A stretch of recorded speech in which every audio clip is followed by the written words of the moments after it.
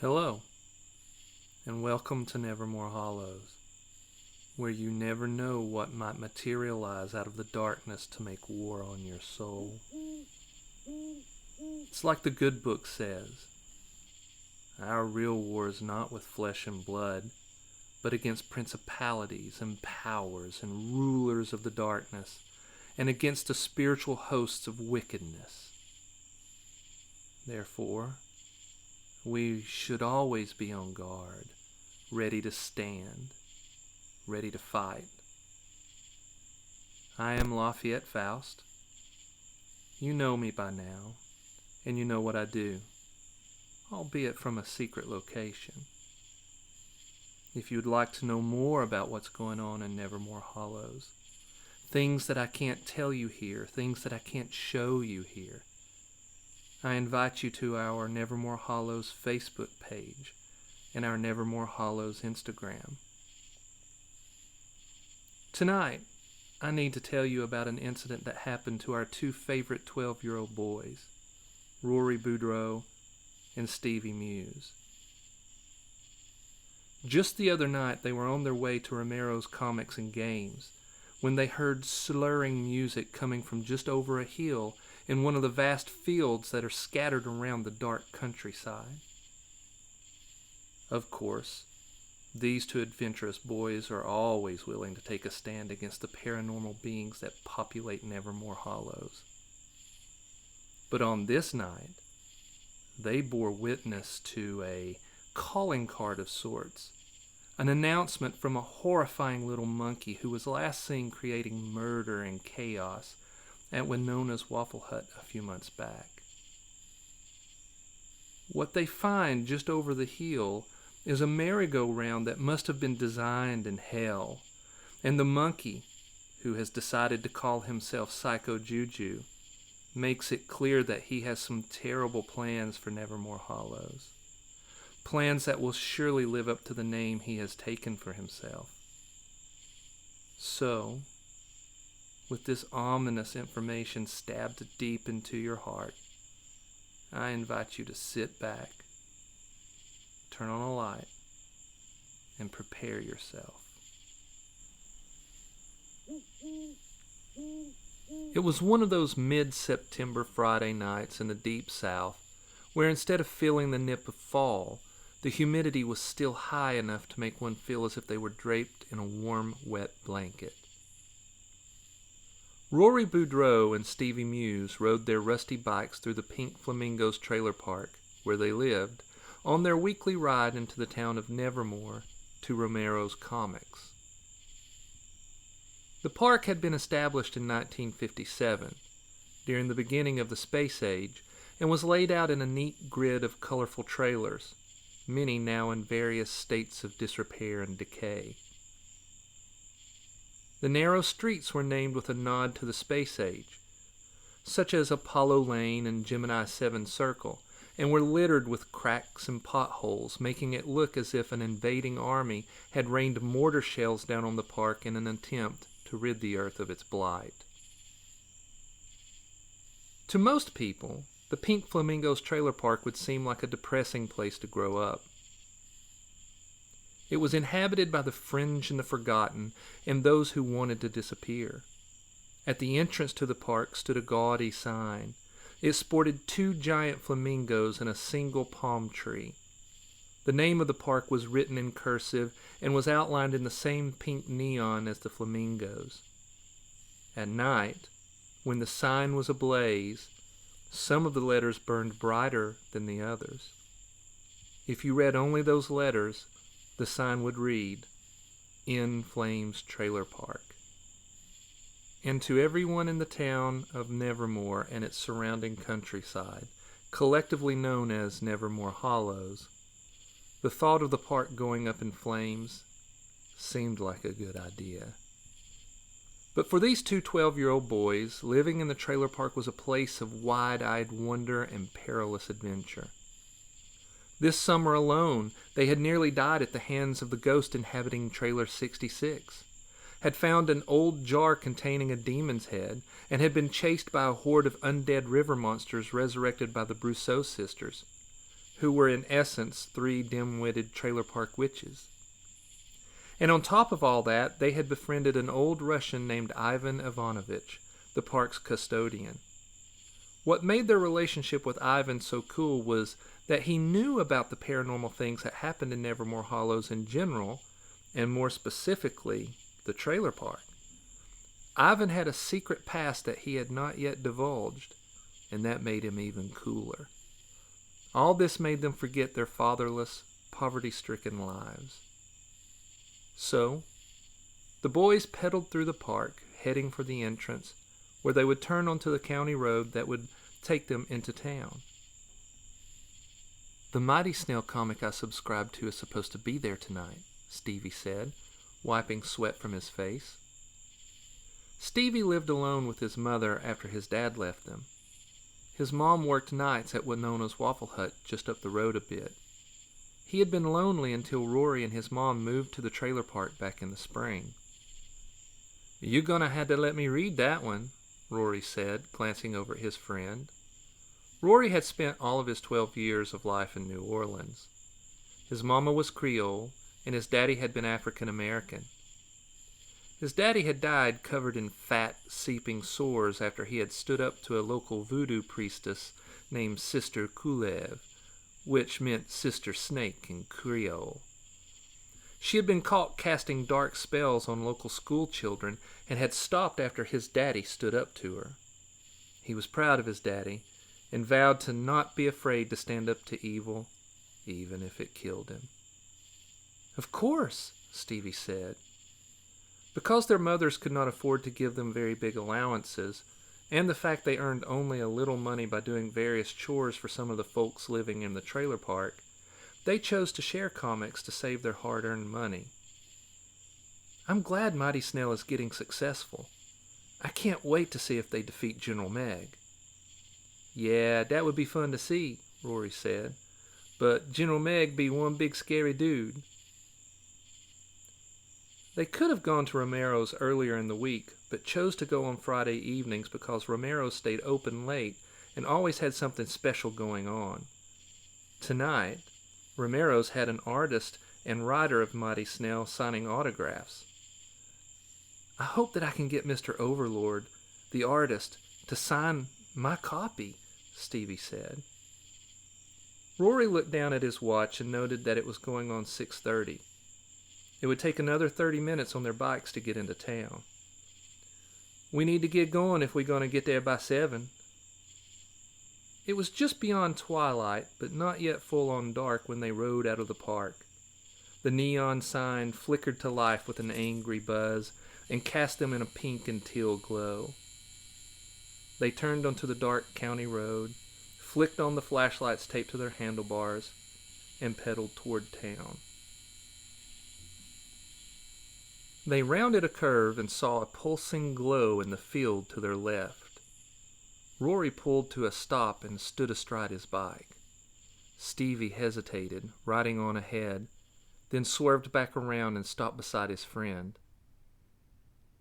"What do you think is over there, Stevie?" Rory asked. Stevie squinted. The colors seemed to be coming from something just beyond a small hill about a quarter-mile back from the road. "Not sure," he replied.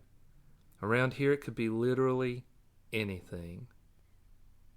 Rory nodded as he watched the luminous blue fade to violet and then to yellow.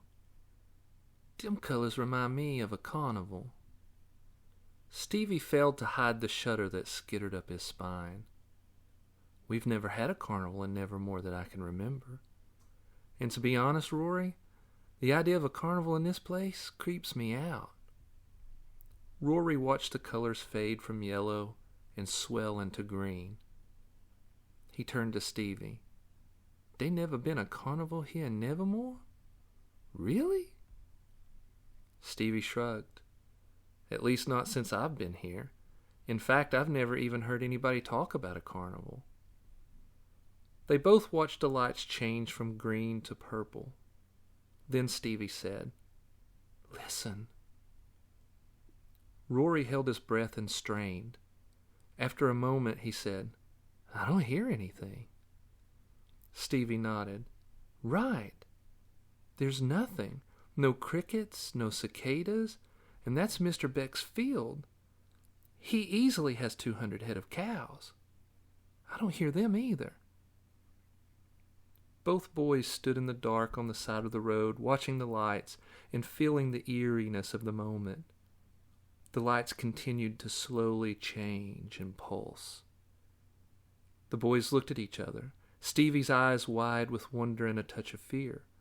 Rory's eyes filled only with the desire for adventure. Stevie was the more cautious of the two, but by no means was he a pansy. He liked to say that fear shouldn't rule your decisions, just inform them. He knew their friendship worked because Rory was usually the one who got them into the adventures, while he kept them level-headed enough that they could get themselves out. You know we gotta see what be over that hill, Rory said, and Stevie knew that he was right. I won't be able to sleep tonight if we don't, Stevie said, and while they both felt the tinge of fear tickle their backs, the call to know the unknown was too strong to ignore. They set about cutting loose their flashlights with their pocket knives and leaned their bikes against the barbed wire fence.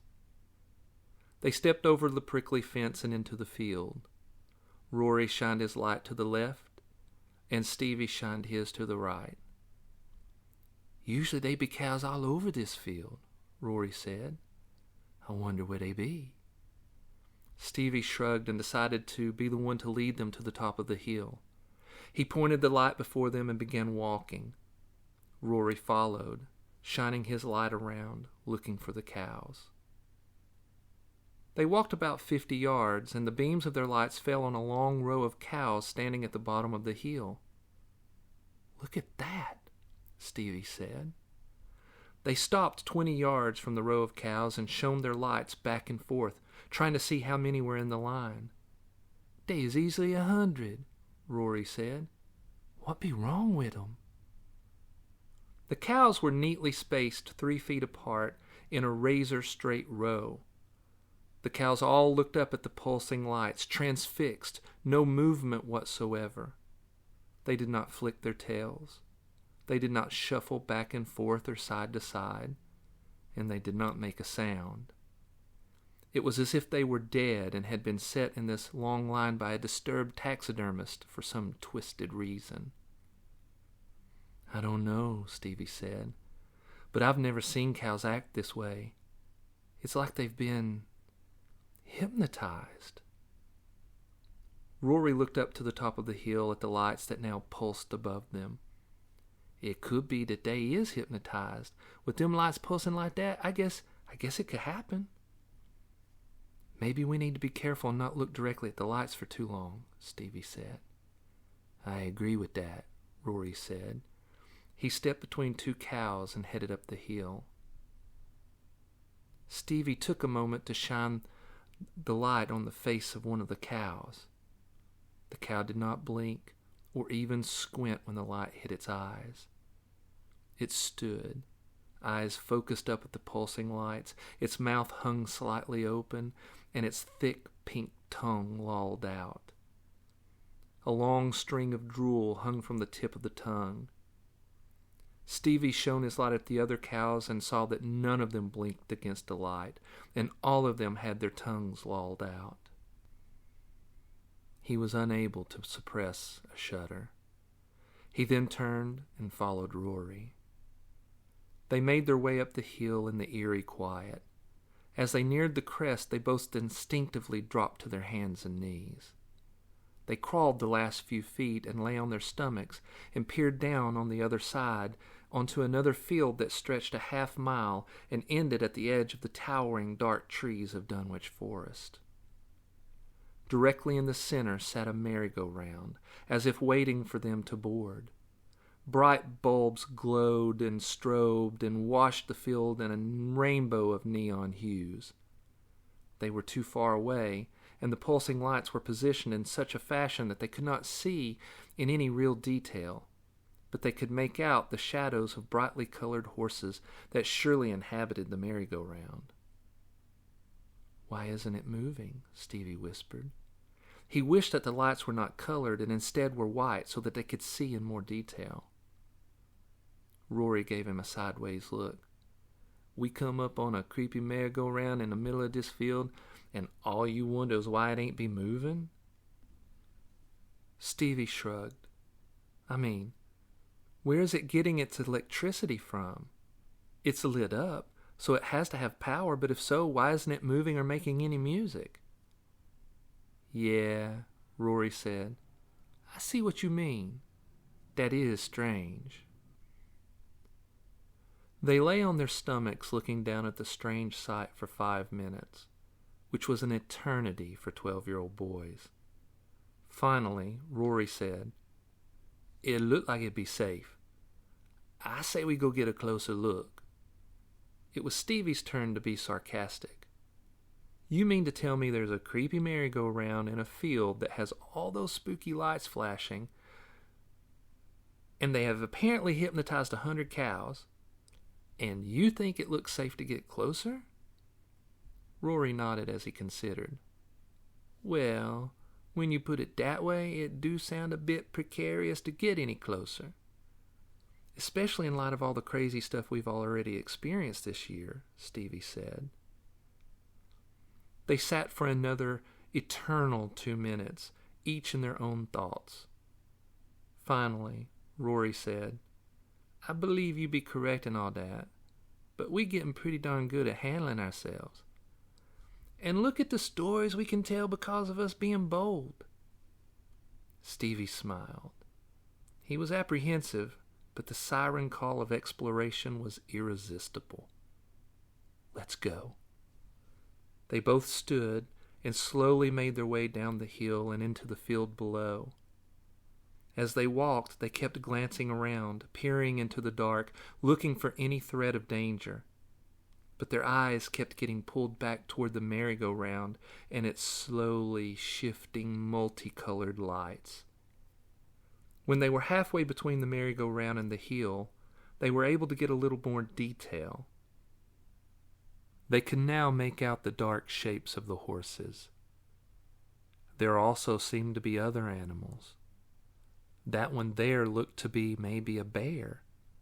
Was that one a tiger? And that one? Was it a rhino? They pulled their eyes from the sight before them and looked at each other. Rory saw a heady curiosity in Stevie's face, and Stevie saw the gleam of excitement in Rory's eyes. They walked another 15 yards and was finally able to see more than just shadows beyond the lights, and they stopped cold. Rory raised his flashlight and shone the beam on the closest merry-go-round beast, allowing them to see every detail. It was a real horse, and it was dead. Its eyes were sewn shut, and its mouth was wired open with its lips pulled back into a death snarl. Its teeth had been filed down into sharp points. The red and white striped pole that ordinarily would have secured a finely sculpted replica ran from the floor, through the horse's stomach, and out the top of its back and up into the ceiling. "Oh, man," Stevie said. The beam from Rory's light quivered in his trembling hands. He pointed the light at another one of the hulking shadow beasts. This time, it was a massive bear. It, too, was impaled by red and white mounting posts. Its eyes were missing, leaving only empty black sockets. It was missing its jaw. Stevie swept his light across the remaining beasts. There was a tiger that looked as if it had been torn apart by giant hands, then crudely sewn back together. A mummified baby elephant was missing its trunk. An ostrich with a broken neck. A gorilla with human arms sewn in place of its own. A second horse with giant wings sewn onto its body. There were other grotesqueries that made Stevie shudder. "Who do you think did this to these poor animals?" he asked. Rory shook his head. "I bet they be sickos. Ain't no way one person did all this and got all this out here in this field." They stood for a moment, taking in the sick scene, knowing they should go away from this place, but unable to move because they were rooted in place with a twisted curiosity. Suddenly, the merry-go-round shuddered and jerked as it began to slowly turn.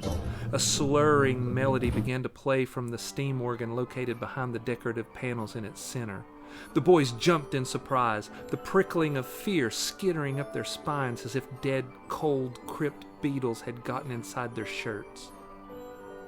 "How is it moving without power?" Stevie asked, and he knew that the music came from an instrument known as a calliope located somewhere deep inside the merry-go-round. "This is Nevermore," Rory said. "It'd probably be running on evil." Stevie knew his friend was right.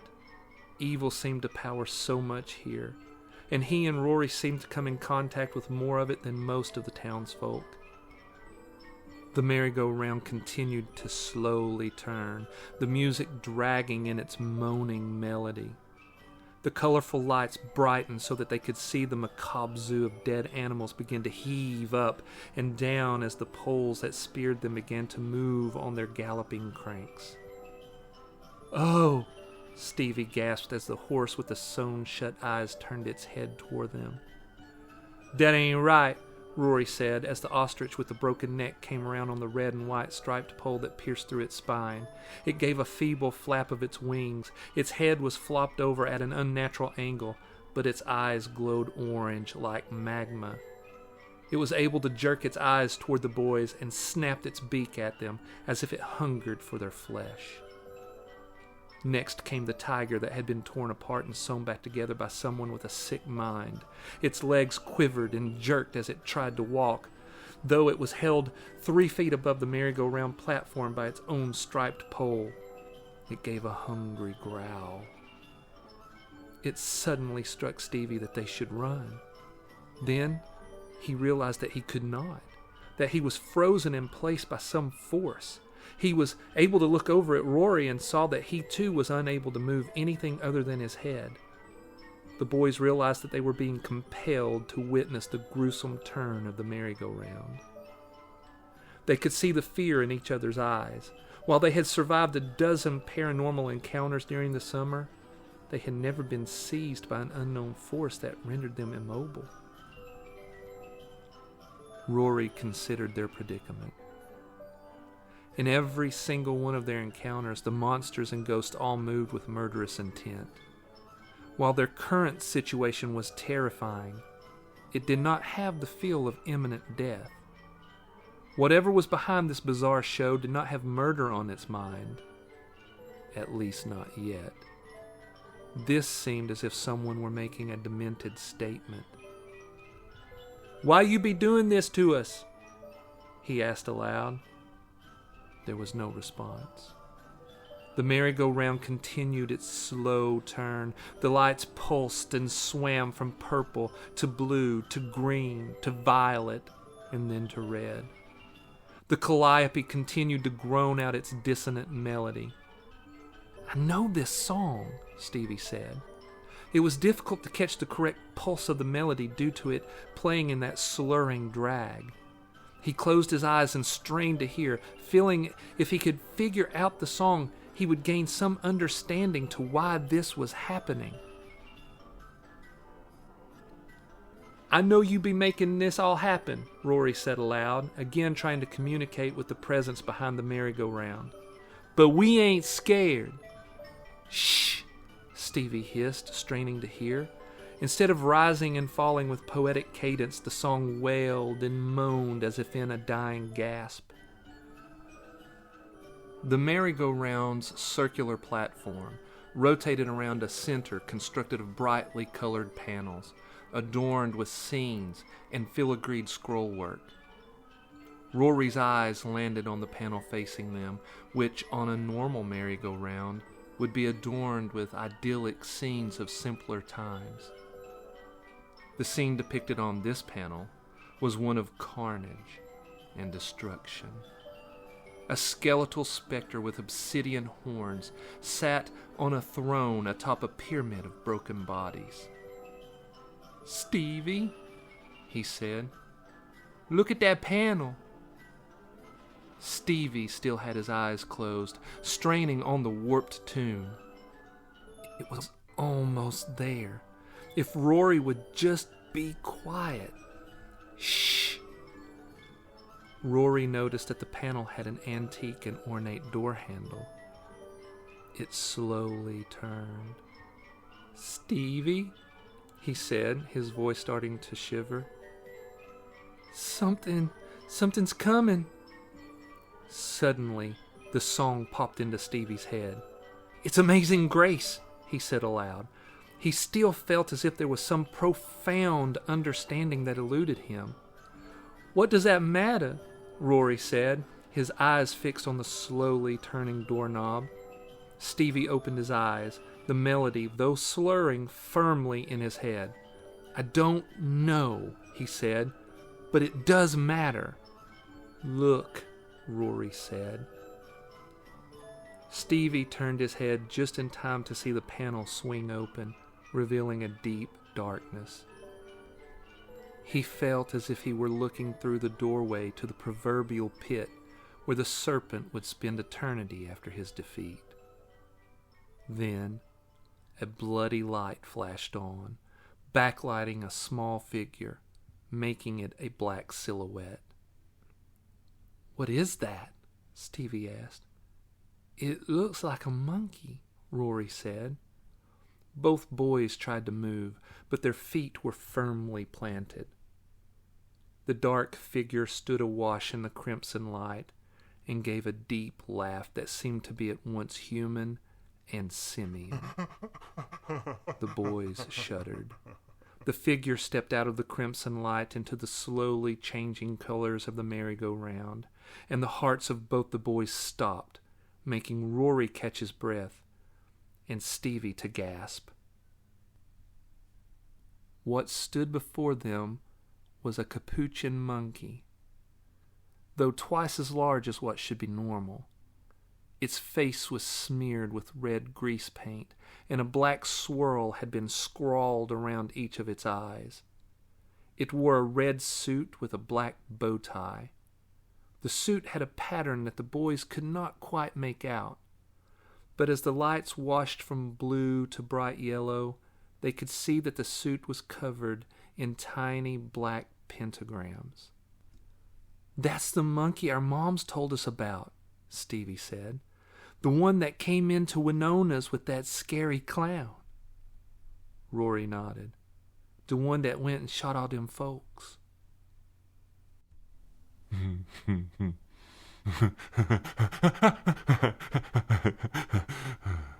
I'm glad my reputation precedes me, the monkey said as it stepped off the merry-go-round and stood before them. The boys exchanged a look. Stevie's eyes were wide. Even in the colorful glow, Rory seemed pale. "What do you want?" Stevie asked. He tried to move his feet, but they continued to be glued to the earth.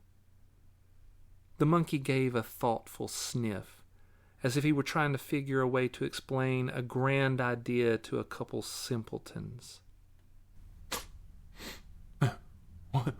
What do I want? He said. Well, if I'm to be completely honest, I want chaos, screaming, mind-bending, visceral chaos. Stevie tried to speak, but fear clogged his throat. He swallowed hard, then said, "Why?" The monkey turned its swirly-eyed gaze on Stevie. Because I want to introduce myself.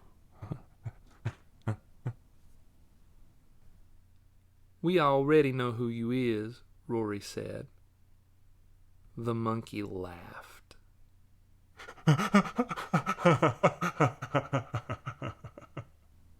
No, you do not know who I am, you stupid child. That incident at Winona's was not an official introduction. I was simply passing through with my pet, and I felt the vibe of that place, of the goody two-shoes Winona and her wannabe hero sidekick, Isaac. I was drawn to that place because of their goodness.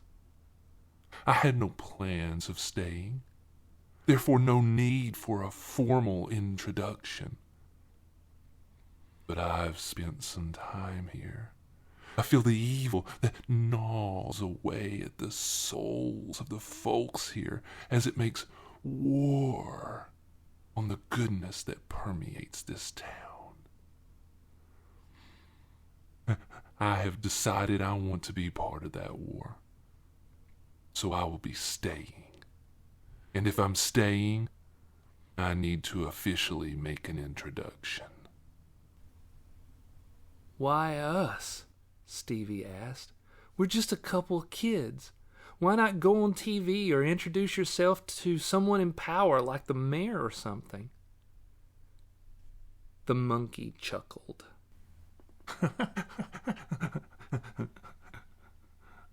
Oh, dear boy, you are both so much more than just a couple kids.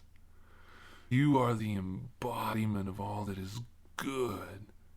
There is a purity in your spirits that is so delicious. And that old Russian that has befriended you, Ivan Ivanovich, he has a dark stain on his soul that has been wiped clean. But I think I can cause him to slip back into his old ways. I do love a challenge.